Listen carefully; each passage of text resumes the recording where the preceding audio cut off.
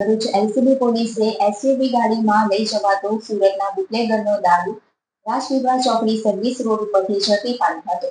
ઓલપાડના દેવા મારવાડીની બિયર ભરેલી SUV car સાથે સુરત કઠોદરાનો ઈસમને ઝડપી પાડ્યો હતો. પોલીસે 1.42 લાખનો દારૂ અને એસયુવી કાર મોબાઈલ મળીને 8.47 લાખનો મુદ્દેમાલ જપ્ત કર્યો હતો. ભરૂચ એલસીબી પોલીસની ટીમ અંકલેશ્વર વિસ્તારમાં પેટ્રોલિંગમાં હતી તે દરમિયાન ચોક્કસ માહિતી મળી હતી કે અંકલેશ્વર રાજપીપળા ચોકડી બ્રિજના દક્ષિણ છેડા ઉપર સુરત જતા સર્વિસ રોડ પાસે દારૂ ભરેલી એસયુવી કાર પસાર થવાની છે. જે માહિતીના આધારે પોલીસે વોચ ગોઠવી હતી.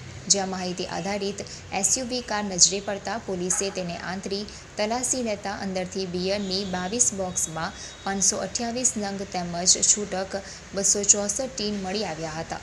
પોલીસે ત્વરિત અસરથી 792 નંગ બિયરનો જથ્થો કિંમત ₹1,42,560 તેમજ એસયુવી કાર કિંમત ₹7 તેમજ મોબાઈલ એક મળીને કુલ 8.47 લાખ રૂપિયાનો મુદ્દેમાલ જપ્ત કર્યો હતો.